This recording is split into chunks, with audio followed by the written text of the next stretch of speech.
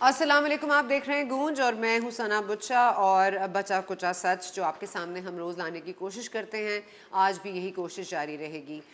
कल कराची में मौलाना साहब जब आए तो सहाफ़ियों ने उनसे सवाल किया कि पाकिस्तान तहरीक इंसाफ की 3 साल कारकर्दगी पे वो क्या कहेंगे। तो उन्होंने कहा 3 साल कारकर्दगी 3 लोगों के ऊपर मुनहसर है। एक हैं अताउल्लाह खान ईसा खेलवी साहब, एक हैं अबरारुल हक साहब और इमरान इस्माइल साहब। उन्होंने कहा ये 3 गवैये हैं जो पाकिस्तान तहरीक इंसाफ को चला रहे हैं। अताउल्लाह खान ईसा खेलवी ने कल जो इवेंट में कुछ नज़म पढ़ी, गाना गाया, आपको ज़रा उसकी थोड़ी सी झलक दिखाते हैं।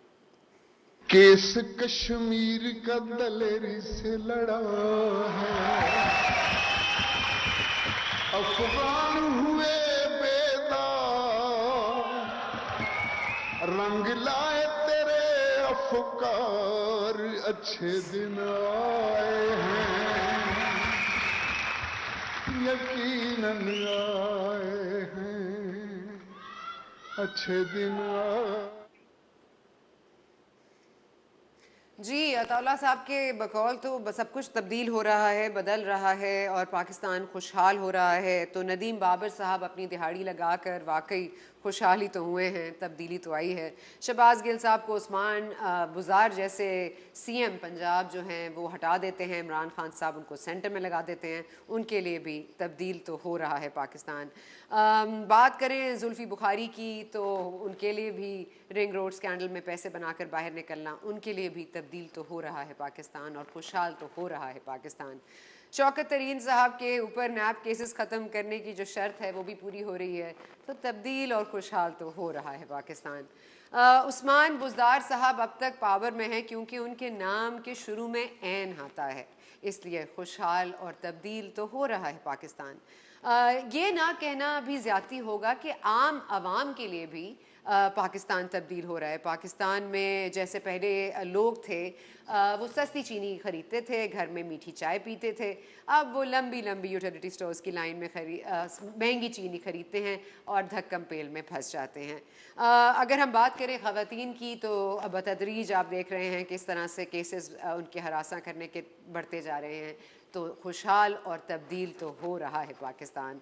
और अगर हम सहाफ़ियों की बात कर लें तो ज़बाबंदी और नौकरियां खोने का डर भी हमारे अंदर रहता है, तो खुशहाल और तब्दील तो हो ही रहा है पाकिस्तान।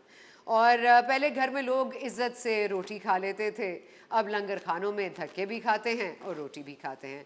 हमें उम्मीद है कि अताउल्लाह खान ईसा खेलवी साहब अगले साल इन चीज़ों को भी मद्देनज़र रखते हुए बात करेंगे। और अगर हम बात करें वाकई इस खुशहाली की, तो अगर आप सिर्फ खान साहब की उस वक्त के एक्सप्रेशंस देख लें, जो उनकी मुस्कुराहट थी, मुझे तो लग रहा है जैसे वो भी यकीन नहीं कर रहे थे कि क्या ये मेरी कारकर्दगी की बात हो रही है, मेरी हुकूमत की कारकर्दगी इतनी खुशहाल।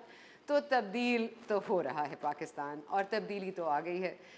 तो इसी तब्दीली को क्या 4 साल भी गुजरेंगे, क्या 4 साल मुकम्मल करेगी पाकिस्तान डेमोक्रेटिक मूवमेंट से पूछें तो ऐसा लगता नहीं है। आज बिलावल भुट्टो जरदारी साहब भी बहुत ललकारे हैं, उन्होंने कहा पाकिस्तान पीपल्स पार्टी ज़रूर शिकस्त देगी और ये नाअहल हुकूमत का वक्त हुआ चाहता है, लेकिन कैसे देगी टफ टाइम और क्या होगा, क्योंकि अपोजिशन डिवाइडेड है। पहले जो पीडीएम में साथ थे आज वो अलग हैं।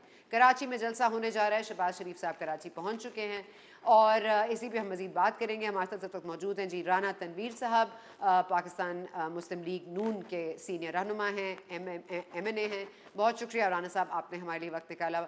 सेनेटर पलवश शाह खान हमारे साथ हैं, किसी तारुफ की मोहताज नहीं। Palwasha Shah, thank you so much, आपने वक्त निकाला।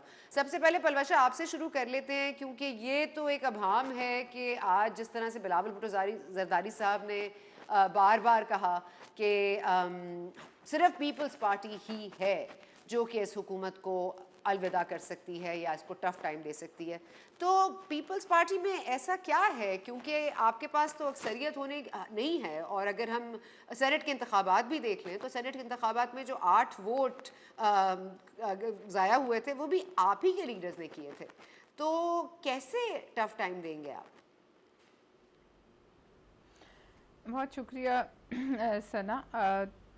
दरअसल जब बिलावल साहब ये कहते हैं तो उनके इस दावे के पीछे कुछ हकायक भी हैं, और वो हकायक अभी इतने पुराने नहीं हैं। पिछले ही चंद माह में आपने देखा जब तक पीडीएम में तमाम पार्टी साथ थी और पाकिस्तान पीपल्स पार्टी की काविशों के बाद ये प्लेटफॉर्म बना, और जब तक पाकिस्तान पीपल्स पार्टी उसमें रही हमने मिलकर तमाम पार्टीज़ ने काफ़ी बड़े मार्के मारे। और सबसे बड़ा धचका जो इस मुल्क के उस वक़्त मुशीर ख़ज़ाना थे उनका हारना और यूसुफ रज़ा गिलानी साहब का जीतना था। और उसके बाद जो है पीडीएम की वो बात नहीं रही, ज़ाहिर है एक बड़ी जमात, दो बड़ी जमातें अलग हो गईं। लेकिन खैर इस बहस से कतई नज़र कि हम इस हुकूमत को उखाड़ सकते हैं या नहीं, या कोई बड़ी तहरीक चलती है या नहीं, कुछ मामलात ऐसे होते हैं जिसमें उन जो तबाही के बीज हैं वो अपने ही पैरों के नीचे इन्होंने खुद ही बोए हैं, और वो जो हैं वो ज़ाहिर है बम बनकर फटेंगे, चाहे इनको हम या कोई और पार्टी या पीडीएम या कोई जॉइंट ऑपोजिशन उखाड़े, या ये अपने जो 2 साल रह गए हैं, जिसमें 1 साल वो है कि जो आप कह सकते हैं कि इनके पास है, और आखिरी साल चूँकि इलेक्शन ईयरिंग ईयर होता है तो उसमें आप उसको हुकूमत की कारकर्दगी ना उसमें कुछ बेहतर हो सकती है, और ना उसमें लोग जो हैं वो अपनी अगली जो है इलेक्शन की तरफ देखते हैं और अपने ठिकानों का नए ठिकानों का जो है फैसला करते हैं।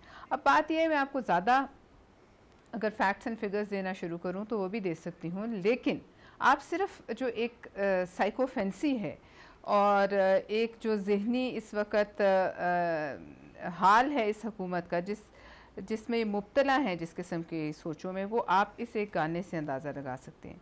यानी ये गाना बज रहा है, ये एक 3 साल पूरे होने की एक तकरीब हुई जो कि एक ऑफिशियल बिल्डिंग में हुई, जिसमें तमाम तर लोग वो थे कि जो ज़ाहिर है इनकी पार्टी से मुंसलिक थे, हुकूमती पार्टी से, और उसमें 80% रिपोर्ट्स के मुताबिक, आप शायद आई डोंट नो वहाँ इनवाइटेड ना हो या हों, लेकिन बाकी जो आपकी बिरादरी के लोग थे उनके मुताबिक 80% जो वक्त था वो गाने बजाने में गुजरा, और 20% में उन्होंने अपने मर्ज़ी के अदाद शुमार देकर मामला ख़त्म किया।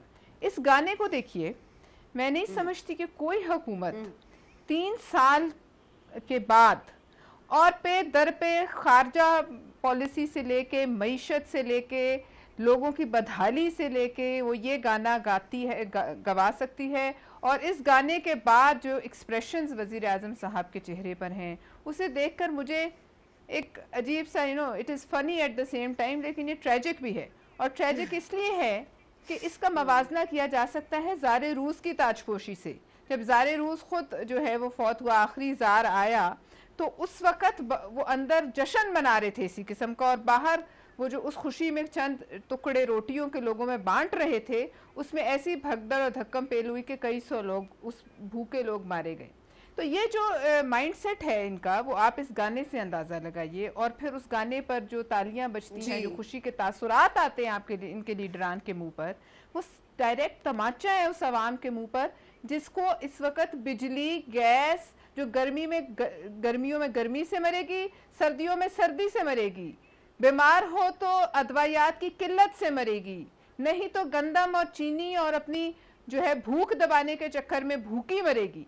मुझे एक बात बताइए कि क्या अच्छे दिन उन लोगों के लिए आए हैं जो 500 रुपए की दवाई खरीदते थे और आज वो 2500 की भी अवेलेबल नहीं? क्या उन लोगों के लिए अच्छे दिन आए हैं जो एक इज्जतदार अच्छे दिन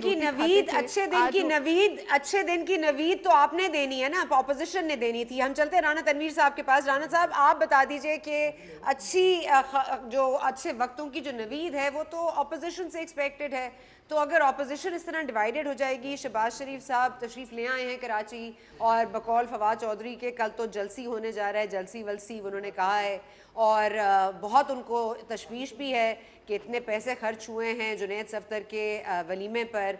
और आप क्या कहिएगा, कल का जो जलसा है, जाहिर है कि आउटकम तो होगा, लोग तो आएंगे, क्योंकि जाहिर है फजल रहमान साहब का एक असर रसूख तो है कराची में पब्लिक को इकट्ठा करने के लिए, और ख़वातीन नहीं आएंगी ये भी एक बात है। लेकिन क्या देख रहे हैं आप, इस जलसे को पीपल्स पार्टी को दिखा रहे हैं या टफ टाइम देने के लिए इमरान खान को दिखा रहे हैं?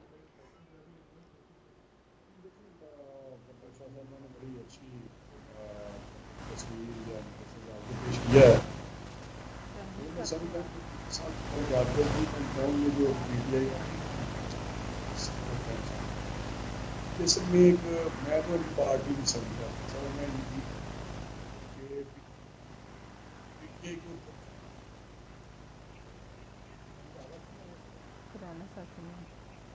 हेलो हेलो राणा साहब आप थोड़ा सा अपने लैपटॉप की आवाज बढ़ाएंगे क्योंकि आपकी आवाज नहीं आ रही।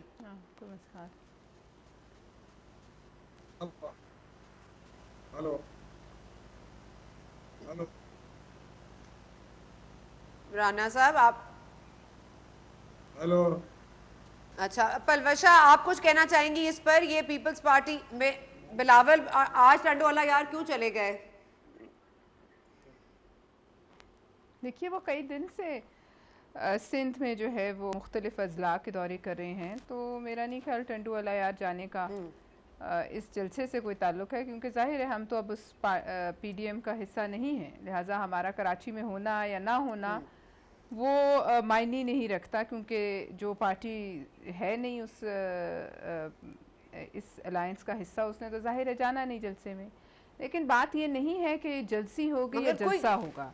ये फवाद चौधरी साहब को अगर जलसी आज 3 साल के बाद अब लोगों को ही गिनना है मुख्तलिफ जलसा गाहों में, तो मैं समझती हूँ कि इनकी आपको याद होगा सना बुच्चा साहिबा कि जब मुशर्रफ आखिरी दिनों में था और जब उसने इफ्तिखार चौधरी साहब को डिसमिस किया था, तो आपको याद होगा कि वकील जमा होते थे कॉन्स्टिट्यूशन एवेन्यू पर, और उस वक़्त मुशर्रफ साहब ये कहते थे कि मैं जब अपनी खिड़की खोल के देखता हूँ, मैं जब बाहर देखता हूँ ईवान सदर की खिड़कियों से बाहर देखता हूँ, मुझे तो चंद ही लोग नज़र आते हैं, तो ये चंद सौ कहाँ हैं। इसी किस्म की कैफियत ज़हनी थी शाह ईरान की भी कि जब वो अपने मुल्क में इंतशार और उसके ख़िलाफ़ तहरीक चल रही थी और वो जहाज़ लेकर उड़ता था और लोगों को देखता था, तो वो कहता था ये तमाम लोग मुझे सलाम कर रहे हैं। वो लोग सलाम नहीं करते थे, वो लोग उस पर लानत और फिटकार भेजते थे। लिहाजा ये एक माइंडसेट है जो कि आखिरी दिनों में तमाम ऐसे हुक्मरानों का हो जाता है जो इस किस्म के लोगों में घिरे होते हैं, जो सिर्फ उनकी तारीफ़ें, उनको कोई खलीफतुल मुस्लिमीन बनाने के चक्कर में हैं, उनको एक उनकी सोच में वो उज़्बेक जो हैं वो हमलावर और तुर्क हमलावर और उनकी कहानियाँ और शहज़ादे और घोड़े की टापें, ये हकीकत नहीं है। हकीकत ये है कि जिस मुल्क पे ये हुक्मरानी कर रहे हैं वहाँ अवाम अच्छे खाते पीते लोगों को इन्होंने पनाह गाहों और लंगर खानों में पहुँचा दिया है, और जो वैसे ही एक तबका जो था जो पिसा हुआ था वो तो अब 2 वक्त की रोटी खाने के लायक नहीं रहा। उस पर अब हमें ये समझाते हैं कि हमारे बच्चों को आप फवाद चौधरी को कंपेयर करिए मुशर्रफ से, शाह ईरान से। आप समझती हैं कि पाकिस्तान तहरीक इंसाफ में ऐसे लोग पाए जाते हैं जो बस अपने आप को खुश करने के लिए, आपने एग्जांपल्स अच्छे दिए हैं पलवशा ना, मैं फवाद चौधरी को नहीं कर रही, मैं आपको जनरली ये फवाद चौधरी साहब तो नहीं है ना, ये तमाम एक टोला है जो कि इस किस्म की बातें करता है। ये हुक्मरान की सोच है, जो बात हुक्मरान कहता है या जो बात काबीना का सरबरा वजीर आजम कहता है वही बात रिपीट होती है, फिर जो बाकी होते हैं सरकारी भोंपू वो उसको रिपीट करते हैं। लिहाजा मैं ये नहीं कह रही कि ये एक फवाद चौधरी कह रहे हैं, मैं ये कह रही हूँ कि सोच है। आप सिर्फ इस जो आपने चंद सेकंड चलाई, अगर आप इसी को चला ले, मैं समझती हूँ इसमें बेहतरीन शो करने के लायक है कि इमरान खान साहब किस खुशफहमी में मुब्तला हैं और कितने बेबहरा हैं इस हकीकत से कि इस आहनी दीवारों में जहां वो बैठे हुए थे उसके बाहर क्या हो रहा है।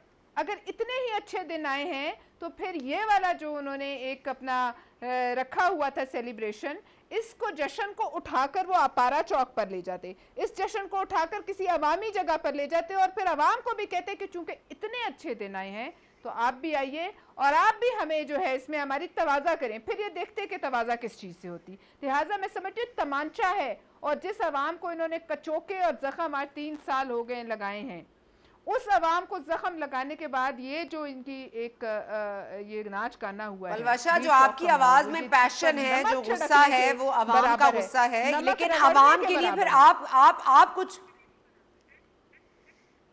आपकी जो आवाज में पैशन और गुस्सा है ना पलवशा, मैं ये कह रही हूँ कि इसको ट्रांसलेट कैसे करें, अवाम की मदद कैसे की जाए, क्योंकि सिर्फ दावे कर देने से, जलसे कर लेने से तो कोई चीज़ तब्दील नहीं होगी। मतलब वो टोला जो आपने कहा, भोंपू, मतलब ये तमाम तर चीज़ें तो इसी तरह चलती रहेंगी। अताउल्लाह खान ईसा खेलवी कल इससे बढ़कर गाना गाएंगे, अबरार उल हक इससे बेहतर आपको बताएंगे कि कितने अच्छे दिन आए हैं। तो फिर अच्छे दिन तो नहीं आएंगे ना, तो अच्छे दिन की नवीद तो मैं अगेन आपसे कह रही हूँ आपने सुनानी है। देखिए, इसमें अताउल्लाह ईसा खेलवी तो एक आर्टिस्ट हैं वो इस मुल्क के एक अच्छे आर्टिस्ट हैं, एक सीनियर आर्टिस्ट हैं। मेरी उनसे कोई परखाश नहीं है या कोई और गाना गाए तो उससे, उन्हें तो ज़ाहिर है बुलाया गया है और शायद उन्होंने खुद लिखा या लिख के किसी ने दिया, उन्होंने गा दिया। मुझे हैरत उस हुक्मरान पे जो इस पे हंस रहा है और खुश हो रहा है, मुझे हैरत उस पे है कि जो वाकई ये समझ रहे हैं कि अच्छे दिन आए हैं। ख़तरनाक बात ये नहीं है कि वहाँ साइकोफेंसी हो रही थी या 80% जो टाइम है वो गाने बजाने में गुजरा। सबसे ख़तरनाक बात यह है कि आपके हुक्मरान जो हैं वो वाकई ही इस खुशफहमी में और ख्वाब में किसी ख्वाब खरगोश में है कि वाकई ये सब सच है। हैरत और ख़तरा इस बात का है कि वो आवाम की और हालात से, आवाम की नब्ज़ पे उनका हाथ नहीं और हालात से बेबहरा हैं। अच्छे दिन आए हो तो कश्मीर आपके हाथ से नहीं जाता, अच्छे दिन आए हो तो अफगानिस्तान पर जो कॉन्फ्रेंस हो उस पर आपको पूरी दुनिया उठा के बाहर नहीं फेंकती। अच्छे दिन आए तो करारदाद पेश करने के लिए कश्मीर पर कोई दूसरे से तीसरा मुल्क आपके साथ जो है वो खड़े होने से गुरेजा नहीं होता। अच्छे दिन आए हो तो रोज रोज आपको बिजली और गैस की कीमतें बढ़ानी नहीं पड़ती। अच्छे दिन Palwasha, it's such a pleasure to keep hearing you, लेकिन मुझे वक्फा लेना है, वक्फा ले लेते हैं, फिर आते हैं और आपकी मजीद गुफ्तगू को सुनेंगे। लेकिन it's a pleasure hearing you. अब ब्रेक लेते हैं, ब्रेक के बाद वापस आएंगे तो होपफुली राना तनवीर साहब का भी हमें ऑडियो का मसला हल हो जाएगा। अली मोहम्मद खान साहब ने भी हमें ज्वाइन करना है और JUIFA से भी हमारी बात हुई है, लेकिन अभी तक जलसा जो PDM की मीटिंग है वो जारी है, तो जैसे ही वहाँ से निकलेंगे तो हमसे बात करने की कोशिश करेंगे। ब्रेक लेते हैं, ब्रेक के बाद हाजिर होते हैं।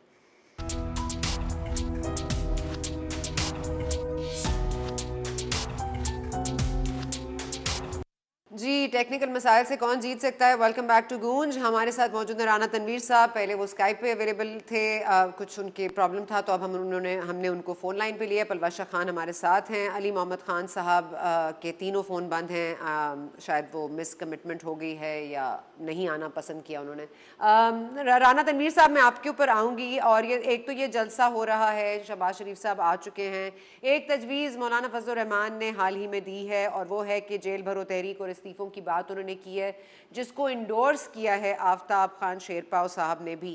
तो क्या आप पीपल्स पार्टी के बगैर अब इस्तीफ़े देना कंसिडर कर रहे हैं या this is of the table? देखिए, पहले तो मैंने पलवाशा साहबा की बात सुनी थी, सारा जो आपने 3 साल की कारकर्दगी की बात की, उनकी परफॉर्मेंस की, तो मैं बताऊँ बड़ी अच्छा उन्होंने एनालिसिस किया। गाने बजाने के अलावा तो जो उनका एक कल्चर है, गाना बजाना, डांस और गाली गलौज, वो तो अपनी जगह है। लेकिन मैं समझता हूँ कि जब एक जिम्मेदार पोजीशन में कोई आई जाए, चाहे ये PTI को पहले तो पॉलिटिकल पार्टी नहीं समझता, ये एक टर्न कोड जो बेअसूल या पॉलिटिकल किरदार जिनका कमजोर होता है वो लोग हैं, ये सारे इकट्ठे किए, एक चूचू का मुरब्बा इकट्ठा हुआ है, मुफाद परस्तों का अपॉर्चुनिस्ट जो है। ये जब भी थोड़ी सी कमजोरी आएगी, इलेक्शन करीब देखेंगे, फैल जाएंगे, ये बिखर जाएंगे। ये मैं आज बता रहा हूँ, ये आप नोट कर लें।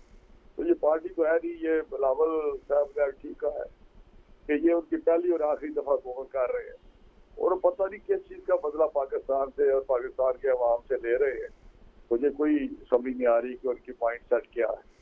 और आज जो आम आदमी को छोड़े, आज पहले तो आम आदमी चीख रहा था, रो रहा था, आज मैं समझता हूँ वहाँ पर मिडिल क्लास भी रो रही है।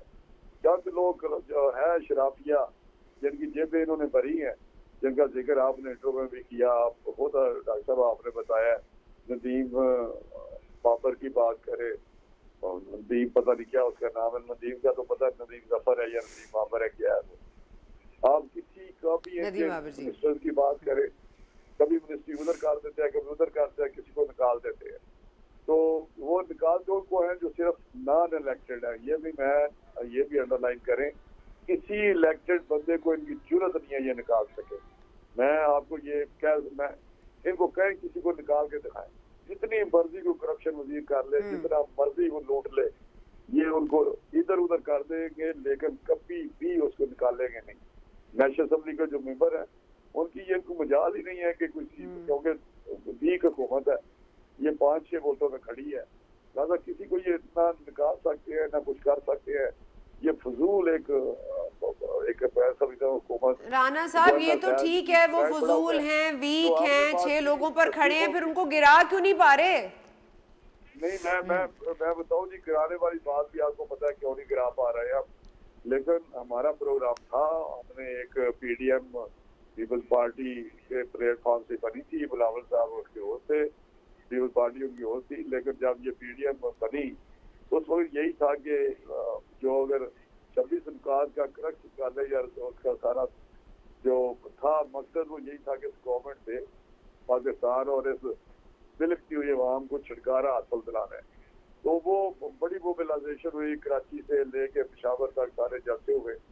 लेकिन जब धरने की बारी आई, हम चले गए वहाँ, इस्लामाबाद मीटिंग हुई कि हम धरना देंगे और रिजाइन तो पहले ही हमने दिए हुए थे और पीपल्स पार्टी ने लिए हुए थे। जब पीपल्स पार्टी ने रिजाइन लिए हुए थे तो इसी अंडरस्टैंडिंग के साथ लिए थे कि हम सबमिट करेंगे।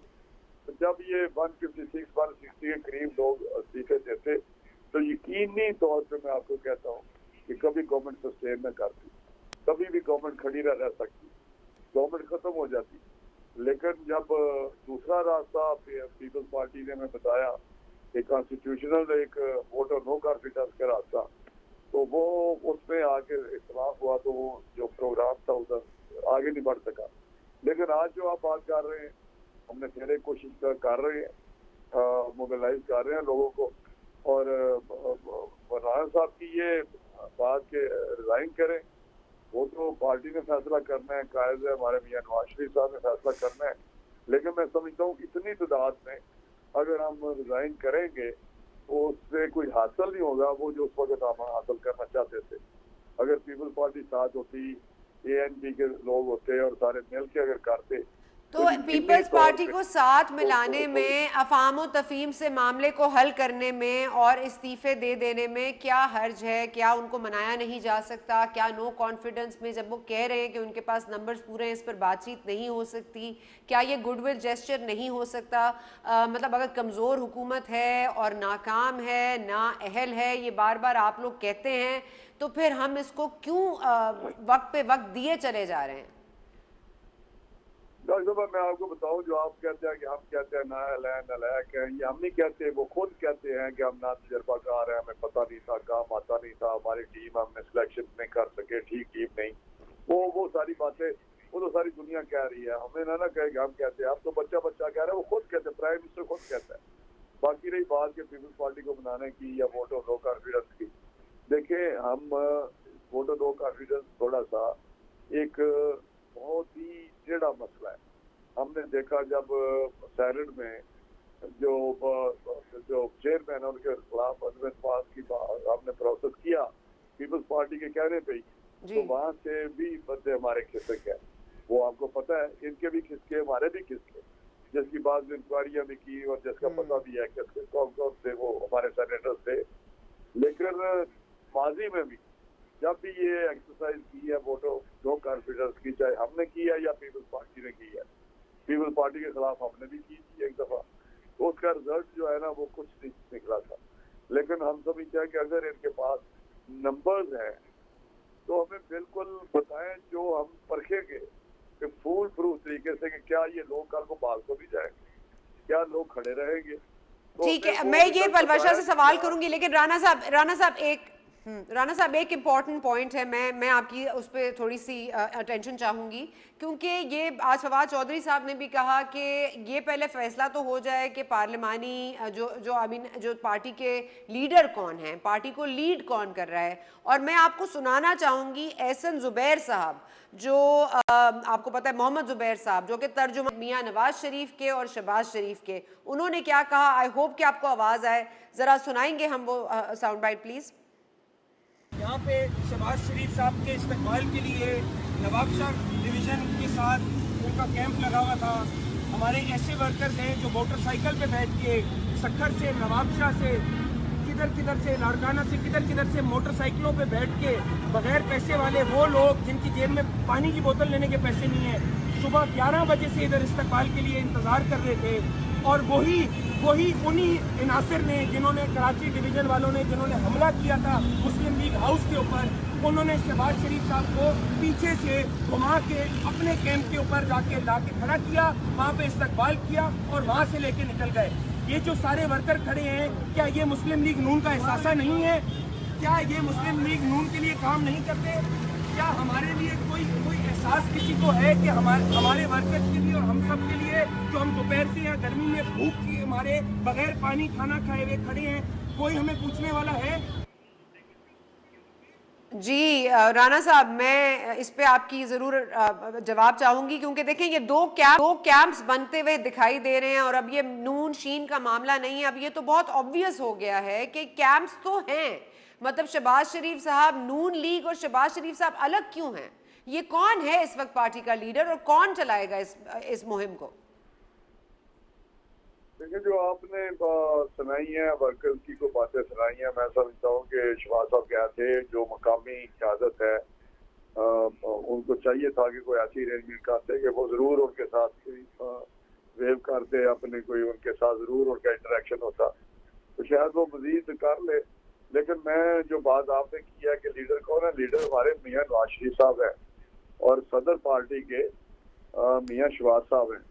तो मैं समझता हूँ इसमें जो थोड़ा सा बात की जाती है, इस पर मुझे कोई समझ नहीं आती कि इसमें कोई कहाँ पे कंफ्यूजन है लोगों को कि मियाँ नवाज शरीफ साहब लीडर है और वो कायद सर, ये एहसन जुबैर साहब हैं, मोहम्मद जुबैर साहब के बेटे हैं, ये कोई कारकुन नहीं है। ये तो वो मतलब वो तर्जुमान के बेटे हैं, तर्जुमान मियाँ नवाज शरीफ के तर्जुमान। और अगर मियाँ नवाज शरीफ साहब लीडर हैं तो ये तो नहीं होना चाहिए। और ये डेजिग्नेशंस, ये सदर हैं, वो पार्टी को चलाते हैं, वो ये हैं, वो हैं, मतलब ये एक रिफ्ट तो नजर आ रहा है ना जो बात कर रहे हैं लोग। इस रिफ्ट को अगर आप बिल्कुल कहते हैं कि नहीं एग्जिस्ट करती तो फिर ये गलत होगा, क्योंकि नजर तो आ रही है और there are tell signs. Rana साहब,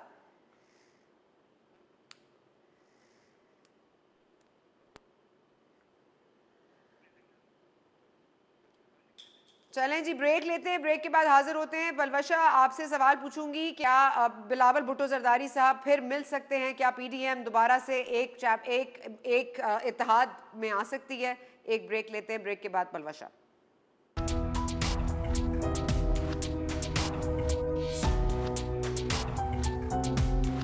जी, वेलकम बैक टू गूंज। मेरा ख्याल है पलवशा और राना तनवीर साहब जो हमारे साथ मौजूद हैं, उनकी गुफ्तगू और उनका क्रिटिसिज्म पीटीआई शायद हजम नहीं कर सकी, इसलिए अली मोहम्मद खान साहब तो मिस हो गए हैं, हमारे प्रोग्राम में नहीं आए। हम चलेंगे वापस। पलवशा, आपने सुनी राना तनवीर साहब की बात, तो मैं चाहूँगी कि आप इस पर ज़रूर रोशनी डालिए कि पंजाब में जिस तरह से कहा जा रहा था, और ये ऑन रिकॉर्ड हैं, राना सनाउल्लाह साहब उन्होंने कहा था कि हमारे पास नंबर्स पूरे नहीं थे इसीलिए हमने ये नहीं किया। लेकिन अब ये तासुर आ रहा है कि शहबाज शरीफ साहब इस बात पर रजामंद हो गए हैं कि पंजाब में अब नो कॉन्फिडेंस लाया जाए। तो क्या ये एक गुडविल जेस्चर है जिससे कि हम देखेंगे कि पाकिस्तान पीपल्स पार्टी और ये पीटीएम की तमाम जमातें एक बार फिर एक पेज पर आएंगी, या ये नहीं, ऐसा कुछ आपको लगता होगा? देखिए सना, सियासत में तो कुछ कहा नहीं जा सकता कि जो है हरफ आखिर है और नहीं हो सकता। सियासत में किसी वक्त भी कुछ भी हो सकता है। और इससे पहले भी इन जमातों ने एआरडी में इकट्ठे होकर मुशर्रफ को चलता किया। लिहाजा मैं ये नहीं कह सकती कि कल को ऐसा बिल्कुल ही मुमकिन नहीं, लेकिन जाहिर है इसके लिए किसी को जो है आगे बढ़ना पड़ेगा। और जिस तरीके से एक बदमज़गी पैदा हुई थी, उस बदमज़गी को कवर करने के लिए और आवाम की, देखिए ये फ़र्ज़ हम पर भी है और PMLN पर भी है और पाकिस्तान में तमाम जितनी अपोजिशन की जमातें हैं इनसे तो हिसाब लिया जाएगा, लेकिन हमसे भी पूछा जाएगा। हम भी जवाबदेह होंगे कि जब मुल्क की कश्ती में सुराख कर रहे थे तो हम इनका हाथ किस हद तक पकड़ा हमने, किस हद तक रोका, और अगर नहीं रोका तो क्यों नहीं रोका। लिहाजा ज़िम्मेदारी जो है वो तमाम अपोजिशन की है। और मैं ये समझती हूँ सना के जो खौफनाक बात नज़र आती है वो ये है कि जब ये जाएंगे, देखिए अब रियलिस्टिकली स्पीकिंग 2 साल रह गए, आखिरी साल इलेक्शनियरिंग ईयर है, उसको काउंट ही नहीं किया जाता। 1 साल इनका रह गया है जिसको 12 महीने हैं, गुजरने में कुछ देर नहीं लगती। लेकिन जहाँ जिस जगह ये मुल्क को जिस गहरी खाई में फेंक के जाएंगे, सवाल तो ये है कि वहाँ से उसको निकाल के वापस लाना किस कदर कठिन काम होगा, और वो काम जो है वो किस तरह से होगा, और फिर किस तरह से एक जमात या दो जमातें या और कितना वक्त लेगा। क्योंकि जिस गहराई में मुल्क को फेंक रहे हैं बग़ैर सोचे समझे, और जो एक शख्स के एक्सपीरियंस पे मैं आपको सिर्फ एक एग्जांपल देती हूँ। एक मिसाल है कि एक शख्स कहता है कि मैं इंग्लिस्तान में पढ़ा और मुझे वहाँ लगा कि मैं इंग्लिश स्कूल बॉय हूँ, इसलिए पाकिस्तान के तमाम बच्चों का निसाब तब्दील हो जाए, क्योंकि उसका एक्सपीरियंस अच्छा नहीं रहा।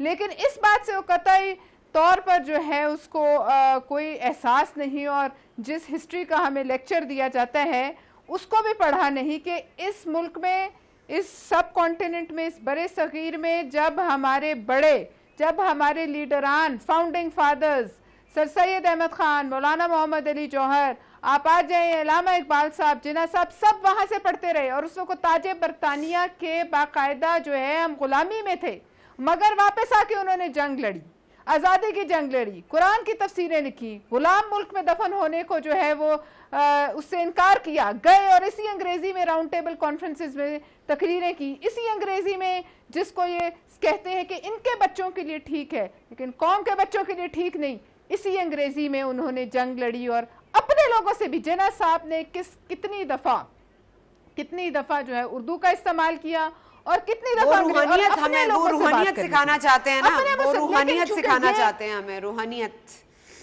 देखिए खुद सीखें, उसमें हमें कोई एतराज नहीं, खुद सीखें, अपने घर वालों को सिखाएं, अपने बच्चों को सिखाएं।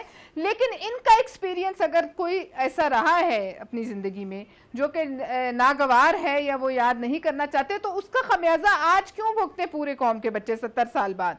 दूसरी बात मैं आपको ये बताऊं कि इस वक्त जिस आलमी तन्हाई का हम शिकार हैं, खतरा ये भी है कि अगर आइंदा, क्योंकि ये तो कुछ नहीं कर पा रहे, इस वक्त हमें इंटेंस लॉबिंग की ज़रूरत है। जो बयानिया हमारे खिलाफ जो वेस्टर्न वर्ल्ड में है, आप, मैं कहना नहीं चाहती हूँ कि पाकिस्तान को किस तरीके से वो सज़ा देना चाहते हैं और किस तरीके से इतनी बड़ी ताकत हमारे साथ से चली गई, और अफगानिस्तान में जो हो गया इसका खमियाजा किस किस को भुगतना पड़ेगा, और इसके पीछे क्या मंसूबे हैं, वो तमाम बातें जिसको आप और हम कहते थे कि काम ख्याली। हाँ, आपकी गुफ्तगू रोकने का बिल्कुल दिल नहीं चाहता, लेकिन सर मेरे पास कुछ ही वक्त बचा है, इसलिए मैं राना साहब को ले लूं। और राना साहब, आपने पलवशा साहब की गुफ्तगू सुनी और जाहिर है कि पढ़ी लिखी गुफ्तगू है, इन्होंने सिर्फ 4 किताबें सतही तौर पर नहीं पढ़ी। जो इन्होंने हवाले दिए, निसाब की बात की, इमरान खान साहब की बात की, उससे कतई नज़र ये जो पस्ती में इस मुल्क को छोड़ के जाएंगे, और अगर आप लोगों ने जल्द कुछ ना किया तो इस मुल्क का क्या होगा, आप मुझे बताइए। आलमी तौर पर हम आइसोलेट हो रहे हैं, तालिबान हमारे वहां पर आ गए हैं, हम कभी कहते हैं अफगान तालिबान हमें टीटीपी से बचा लेंगे, अफगान तालिबान कुछ कहने को तैयार नहीं है। तो इस पूरी सूरत हाल में खारजा पॉलिसी तरतीब देनी है, इसके लिए तो जी, तो आप बताइए क्या होना चाहिए राना साहब, किस तरह से होगा मामला। देखिए, ये जो बात की है परवेशा साहब ने बिल्कुल ठीक बात की है। हम भी अपनी मीटिंग में डिस्कस करते हैं कि जहाँ पे ये मामला लेके जा रहे हैं मुल्क के, चाहे वो माशी हो या गवर्नेंस के हों, हुक्मरानी के हों, आप के अदारों की जो इन्होंने खोखला उनको कर दिया है, उनकी साख ही बदल दिया है, उनको उनके जो मामलात हैं उतने कमजोर कर दिए हैं अदारों के, तो लोगों को कोई किसी जगह से भी रिलीफ नहीं कर रहा, खारजा पॉलिसी हो।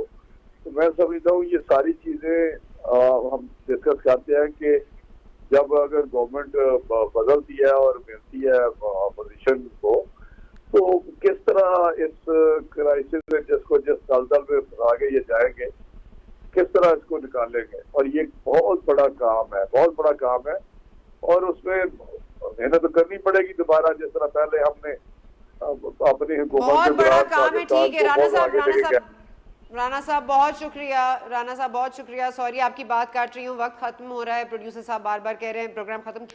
यहाँ पर हम यही सच छोड़े जा रहे हैं कि इस मुल्क का जो इस वक्त हाल है उसके लिए ऑपोजिशन को मुत्तहिद होना पड़ेगा।